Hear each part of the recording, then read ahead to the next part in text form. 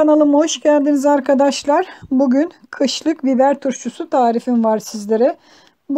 Bu benim daha önce kurmuş olduğum biber turşum. Kış için turşu sezonunu açıyoruz arkadaşlar. İlk aşamada biber turşusu kuracağız. Her çeşit meyveden, sebzeden turşu kurabilirsiniz arkadaşlar. Bunu unutmayın. Ama en çok tercih edilen de biber turşusudur. Turşu nasıl kurulur, biber turşusu? Birebir ölçülü. Gelin hep birlikte öğrenelim. Burada benim bahçemden toplamış olduğum biberlerim var. Bayağı bir biberim çıktı. 5 kiloluk bir bidona turşumu kuracağım arkadaşlar.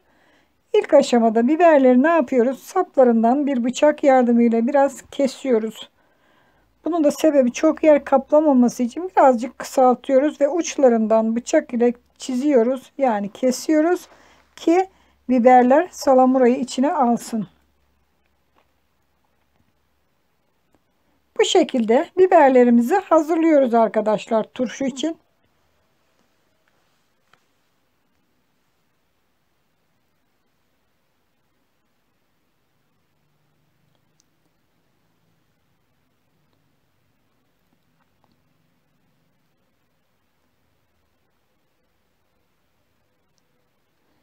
Evet arkadaşlar, biberlerimi bir güzel hazırladım.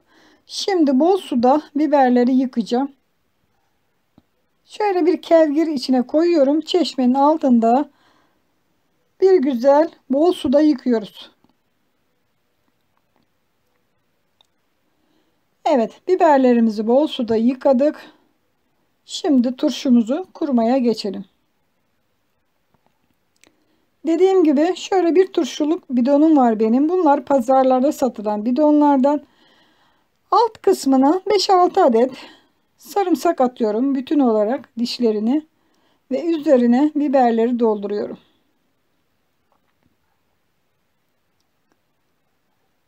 Bahçemden yeni topladığım için biberlerim çıtır çıtır kırılma da yapabilir arkadaşlar. Bir gün yeni taze biberi dinlendirirseniz kırılma yapmaz doldururken. Evet. Arasına bir miktar daha sarımsak koydum. Orta yerine gelecek şekilde tekrar bidonumu doldurmaya başlıyorum.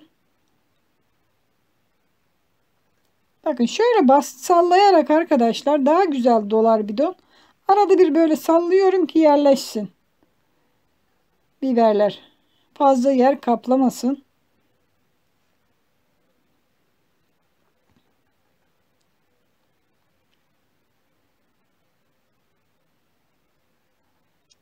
Evet, gördüğünüz gibi biberlerimizi doldurduk. Bakın sallaya sallaya arada bir güzelce bidonumu doldurdum.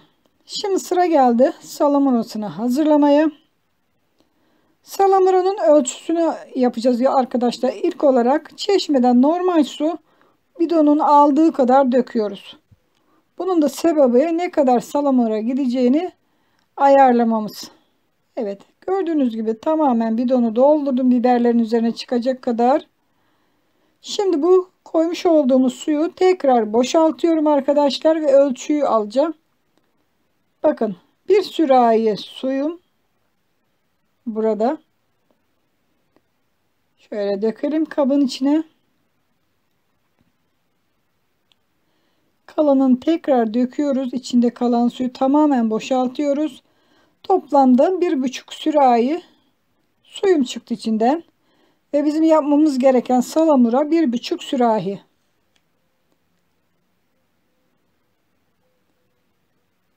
Şimdi tuzunu ilave etmeye geçelim. 5 yemek kaşığı tuz koyacağız arkadaşlar. 5 kiloluk bidona 5 yemek kaşığı tuz artı bir yarım yemek kaşığı daha fazlasını ben koyacağım. Bakın çok fazla değil, şu kadar yarım yemek kaşığı da fazlasını koydum. Tuzunu da ilave ettik turşumuzun. Bu tuz yeterli olacaktır. Şimdi salamurasını geçiyoruz arkadaşlar. 1,5 sürahi suyumuz vardı. Salamura suyunu normal satın alınan sulardan koyuyoruz arkadaşlar. İçtiğimiz sulardan bir sürahisini döküyoruz. Bakın bir sürahisini döküyoruz. 3'te 2'sini su olarak döktük.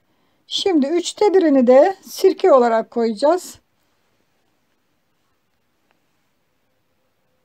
Şöyle bir ölçü vereyim sizlere arkadaşlar. 5 kiloluk bidona 5 su bardağı sirke koymanız gerek. Yani her 1 kiloya 1 bardak sirke koymamız gerek. 5 su bardağı da sirke koyuyoruz arkadaşlar. Bakın bayağı bir doldu. Tabi sirkemiz tam yarım olmadığı için sirkenin kalan kısmını da su ile tamamlıyoruz. Toplamda 1,5 sürahi suyu dökmüş olduk. 1/3'ü sirke, 1/3'ü su olarak koyuyoruz. Normal satın aldığımız sulardan koyuyoruz arkadaşlar. Kireçsiz su kullanacağız. Üzerine de şöyle biraz benim üzümlerimden asma yaprakların çubuklarından kopardım ki üzerine şöyle baskı yapması için, biberler suyun üzerine çıkmaması için, bastırmak için şöyle çubuklar koyuyorum.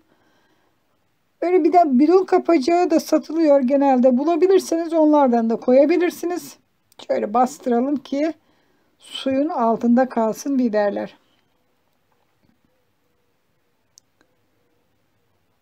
Evet, gördüğünüz gibi suyun altına indi.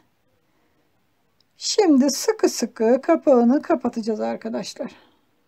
Ben biraz bolcana koyuyorum çubukları ki hemen kalkmasın yukarı diye.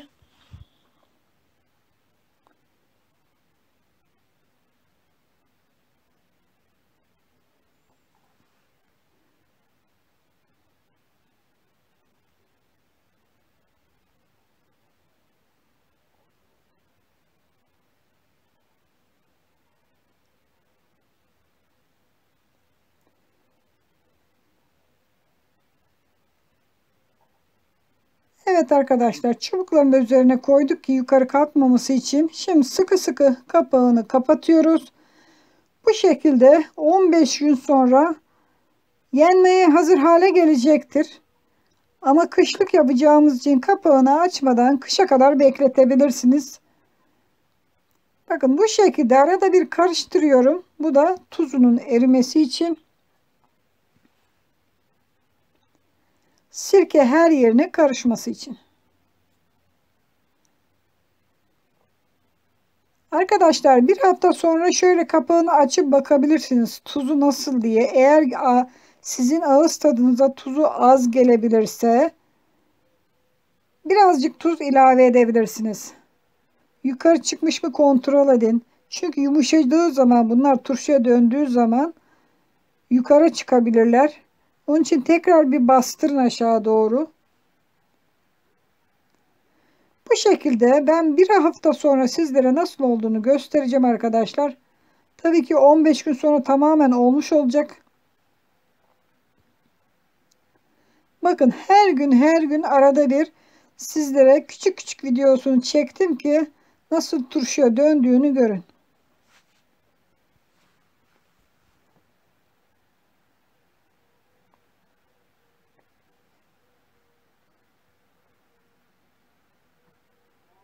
Evet arkadaşlar.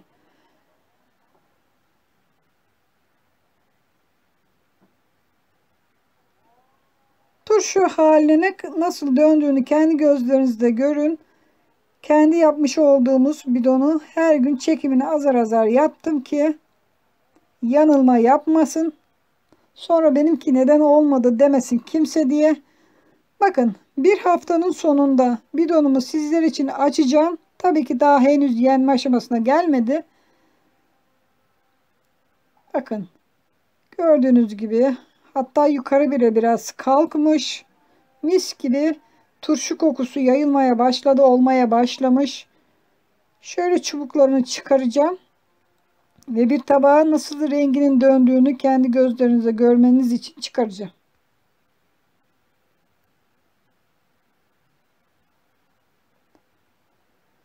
Evet, bakın turşumuz turşu olmaya bir hafta içinde başladı. 15 gün sonra çok daha güzel olacaktır. Kışlık hiç açmadığınız sürece ta kışı ne zaman yiyecekseniz o zaman açabilirsiniz ve tüketebilirsiniz arkadaşlar. Bakın tabağı sizler için birazını çıkarıyorum. Birebir ölçülere uyduğunuz takdirde sizler de bu turşuyu evinizde hazırlayabilirsiniz arkadaşlar. Umarım sizler için hazırlamış olduğum turşu tarifimi beğenmişsinizdir. Sizler de evinizde yapar tüketirsiniz. Tariflerimi beğeniyorsanız beğen tuşuna, kanalıma abone olmadıysanız abone ol tuşuna